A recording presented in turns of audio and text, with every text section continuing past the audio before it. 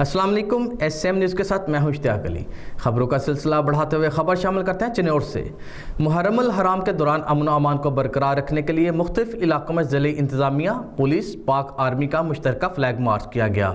इसी हवाले से मज़ीद तफसीलात जानते हैं अपने नुमाइंदे वसीम दुरानी से। जी वसीम, बताइएगा क्या तफसीलात हैं आपके पास?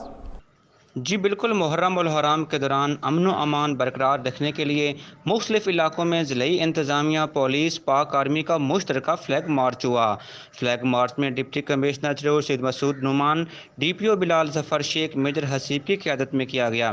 फ्लैग मार्च में ज़िला भर के ज़िलई इंतज़ामिया, DSPs, SHOs, एलीट फोर्स, पाक आर्मी की गाड़ियों ने हिस्सा लिया। फ्लैग मार्च चिन्नौर शहर, बुहाना, लालिया के मुख्तलिफ इलाकों से गुजरता हुआ ख़त्म नबुव्वत चौक में इख्तिताम पजीर हुआ।